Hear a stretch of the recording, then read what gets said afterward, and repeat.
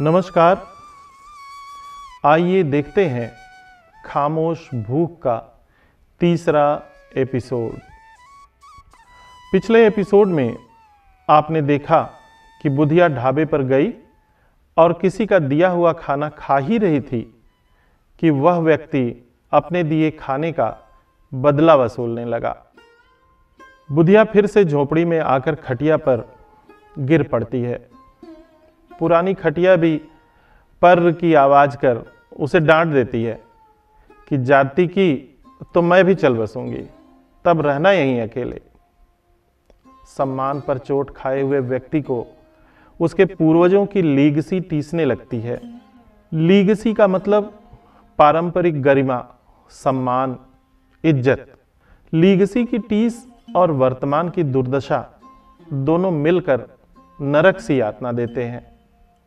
वही यातना आज बुधिया झेल रही थी। महाकवि भूषण की वह पंक्तियां शायद यहां चरितार्थ होती नजर आती हैं कि ऊंचे घोर मंदिर के अंदर रहन वारी, ऊंचे घोर मंदिर के अंदर रहाती हैं। कंद मूल भोग करें, कंद मूल भोग करें, तीन बेर खाती तेवे तीन बेर खाती हैं। भूषण शिथिल अंग, भूषण शिथिल अंग, विजन डुलाती तेवे विजन डुलाती हैं। भूषण भनत शिवराज वीर तेरे त्रास, नगन जड़ाती ते वे नगन जड़ाती हैं। इसका अर्थ यह है कि वीर शिवाजी के शौर्य से डरकर मुगल रानियां जो अट्टालिकाओं में रहती थीं, वो गुफाओं में छिप कर रहने को मजबूर हैं। जो एक से एक पकवानों का भोग करती थीं, वे कंद मूल खाकर गुजारा करती हैं। जो दिन में 3 बार खाया करती थी, वे सिर्फ 3 बेर के फलों पर गुजारा करती हैं। जिनका शरीर आभूषणों के भार से शिथिल हुआ जाता था, वे शारीरिक रूप से बेहद कमजोर हो चुकी हैं। जिन पर दिन भर पंखा झला जाता था, वे निर्जन स्थान पर रहने को मजबूर हैं। और जो आभूषणों में नगीने जड़ाती थीं, वे एक वस्त्र में ठिठुरती हैं। बुधिया की हालत भी आज वही थी।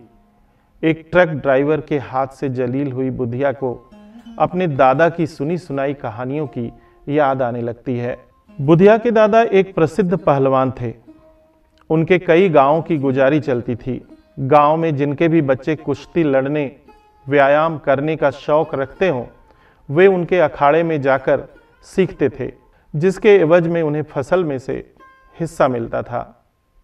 कई गांवों का हिस्सा मिलकर एक बड़ी रकम होती थी और जमींदार हों या सामान्य आदमी, सब उनसे इज्जत से बात करते थे। कोई आंख दिखा दे ऐसी किसी की जुर्रत ही नहीं थी।